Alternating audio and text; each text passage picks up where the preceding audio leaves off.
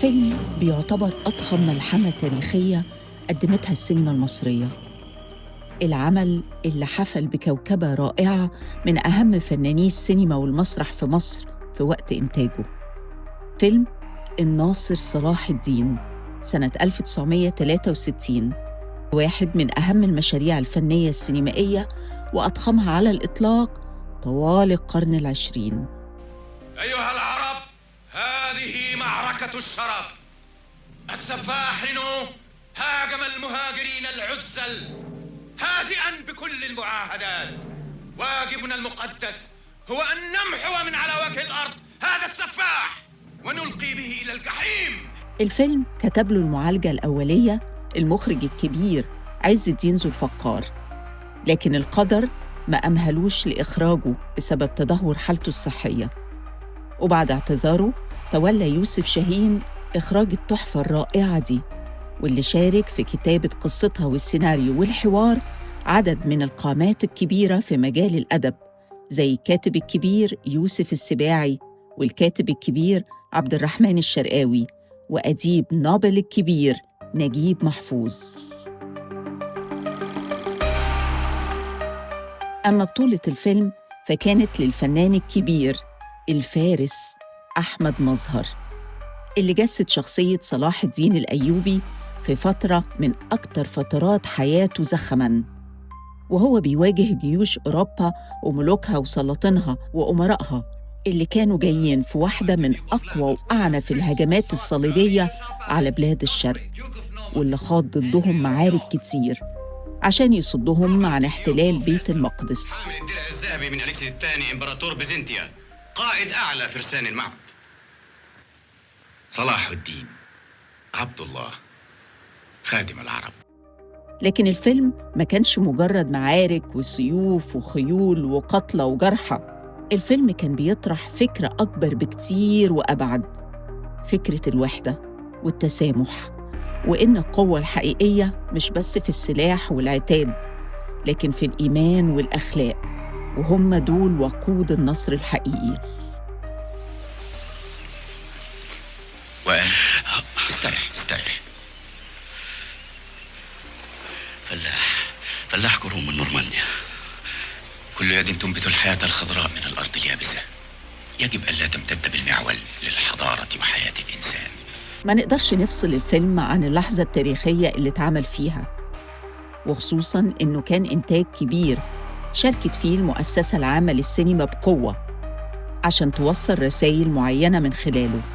ففي الفترة دي، فترة بداية الستينيات، كانت فكرة المد القومي العربي مسيطرة، والفيلم جه بعد تجربة الوحدة بين مصر وسوريا، وكان بيحاول يستحضر التاريخ عشان يدعم حلم الحاضر.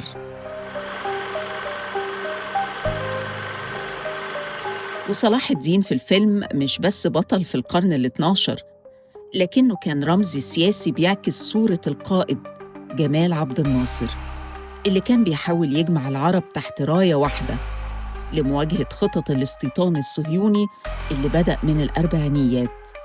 وده طبعاً إدى للفيلم زخم قوي جداً، وترك تأثير كبير على وجدان المشاهدين في كل مكان. نحن الآن في هدنة. يجب ألا نفرح بنصر يهديه إلينا ملك مسيحي على جثث إخوانه.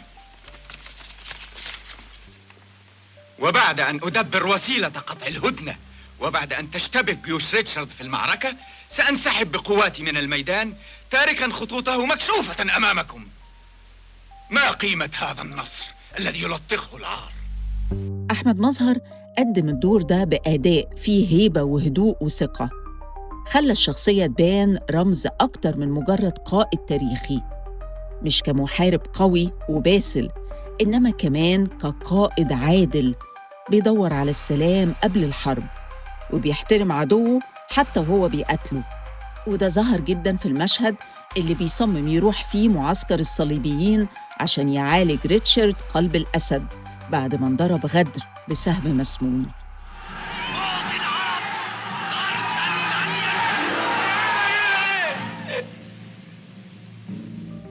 الفيلم كان فيه مجموعة عظيمة من الفنانين، على رأسهم حمدي غيث اللي عمل واحد من أهم أدوار حياته، دور ريتشارد قلب الأسد بأداء مسرحي رصين. وكمان زكي طليمات رائد المسرح صاحب الظهور السينمائي النادر، والمبهرة ليلى فوزي، فيرجينيا جميلة الجميلات، والرقيقة نادية لطفي، والفارس صلاح ذو الفقار، وغيرهم كتير. كلهم بقت أدوارهم في الفيلم علامات في تاريخهم لا يمكن نسيانها أبداً من وجدان عشاق الفن الجميل. يوسف شاهين اتعامل مع الفيلم كأنه إنتاج عالمي مش مجرد فيلم محلي، واستعان بكوكبة من كبار الفنانين في تصميم الأزياء والديكورات والإكسسوارات من مصر ومن خارجها، ومئات الكومبارس اللي شاركوا في مشاهد المعارك الواسعة. ديكورات عظيمة، ملابس دقيقة، وتصوير سينمائي بانورامي متقدم جداً عن زمنه. فيلم جمع بين الإبهار البصري والإنتاج الضخم والرسالة الفكرية، وهو ده سبب اختياره عشان يكون ضمن قائمة أهم 100 فيلم مصري خلال القرن العشرين. أما أنت يا أمة الله فاعلمي أن دستورنا هنا هو العدل والرحمة، وليطمئن كل إنسان على حرية العبادة، فإن الدين لله والوطن للجميع. فيلم الناصر صلاح الدين مشروع حضاري عملاق على شاشة السينما، بيحاول يعيد تشكيل صورة الأمة عن نفسها. فيلم قدر يقدم التاريخ بروح سينمائية ملحمية، ويخلق صورة بصرية راسخة في وجدان الجمهور. وعشان كده بعد أكتر من 60 سنة لسه مشاهد المعارك وخطابات صلاح الدين حاضرة بقوة كواحد من أكبر إنجازات السينما المصرية.